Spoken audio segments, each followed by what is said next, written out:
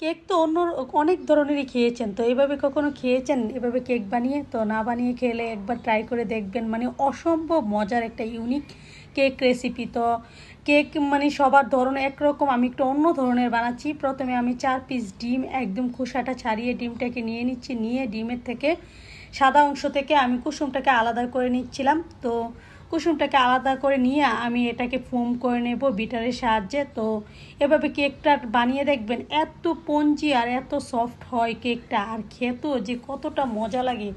তো আমি একটু যা যা দেওয়া লাগে একটু আগে পিছনে দিব আর কি, যা উপকরণ লাগে। তো আমি সাদা অংশটাকে ফুমি করে নিয়েছি, নিয়ে কিছুটা ফুমি করে এখন একটু একটু চিনি দেবো আর বিট করবো। একটু একটু চিনি দিয়ে বিট করতে করতে চিনিটা এক পর্যায়ে গলে যাবে, ফোমটা একদম পারফেক্টভাবে হয়ে যাবে। তারপর সাদা ফোমটা যখন একদম ফুমি ক্রিমি টেক্সচার চলে আসবে, তখন আমি ডিমের কুসুমগুলো দিয়ে সামান্য একটু মানে মিক্স করে নেব আর কি, দু একটা দিয়ে।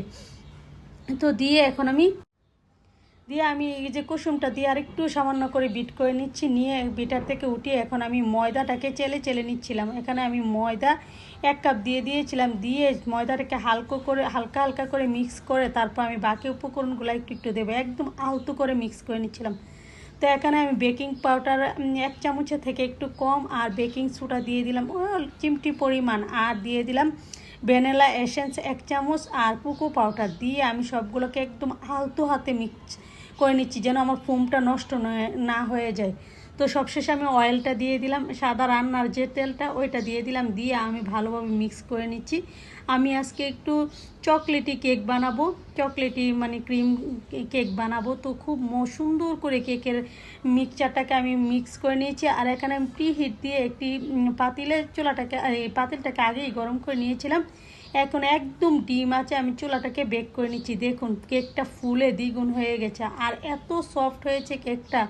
তো ভিডিও খুব লং হয়ে যাবে দেখে এত মানে ডিটেলসে আমি দেখাচ্ছি না, একটু তাড়াহুড়ো করে দেখাচ্ছিলাম কারণ ভিডিওটা অনেক লং হয়ে যায় তার জন্য। তো কেকটাকে আমি কেক থেকে কাগজটাকে ছাড়িয়ে নিয়ে যে দেখিয়ে দিচ্ছি কি পরিমাণ সফট হয়েছে। তো এখন আমি এভাবে আপনারা খুব পারফেক্টভাবে খেতে পারবেন। তো আমরা যেহেতু ক্রিম দিয়ে ডেকোরেশন করব, তো আমি ক্রিমটাকে আগে থেকে একটু করে বিটার দিয়ে ক্রিমটাকে বানিয়ে নিয়েছি। আর ইয়া এখন আমি কেকটাকে তিনটা স্লাইস করে কেটে নিয়েছি। দেখুন এতটা সফট হয়েছে স্লাইসগুলো, ভিতরটা মানে বলে বোঝানোর মতো না। তো একটা পাইপিং কেক ব্যাগে আমি ক্রিমটাকে নিয়ে নিচ্ছি, আর কিছুটা ক্রিম দিয়ে আমি একটা স্লাইস দিয়ে দিচ্ছি। মানে ক্রিমের পরিমাণটা আমি একদম পর্যাপ্ত পরিমাণ বেশি দেব না আর কি, মানে যতটা মানে দেওয়ার প্রয়োজন ততটাই দেবো, বেশি দিলে ক্রিমটা আবার ক্ষতি। ক্রিমটা তো সবাই খেতে পারে না, মানে এত মিষ্টি হয়ে যায় বেশি। তার জন্য অল্প অল্প দিয়ে আমি সুগার সিরাপ দিয়ে তো ক্রিমটাকে দিয়ে দিচ্ছিলাম সুন্দরভাবে। দিয়ে সুন্দর করে আমি ক্রিমটাকে একদম কেকের মাঝে দিয়ে এখন তিনোটা স্লাইসকে আমি একদম পরিপূর্ণভাবে করে নেব, নিয়ে ওপর দিয়ে ডেকোরেশন করে নিচ্ছিলাম আর কি। তো আমি তিনোটা স্লাইসই দিয়ে দিয়েছি, মানে ক্রিম একদম পর্যাপ্ত পরিমাণ দিয়ে ক্রিমে কোনো কিপটামি করা যাবে না, আবার বেশিও দেওয়া যাবে না।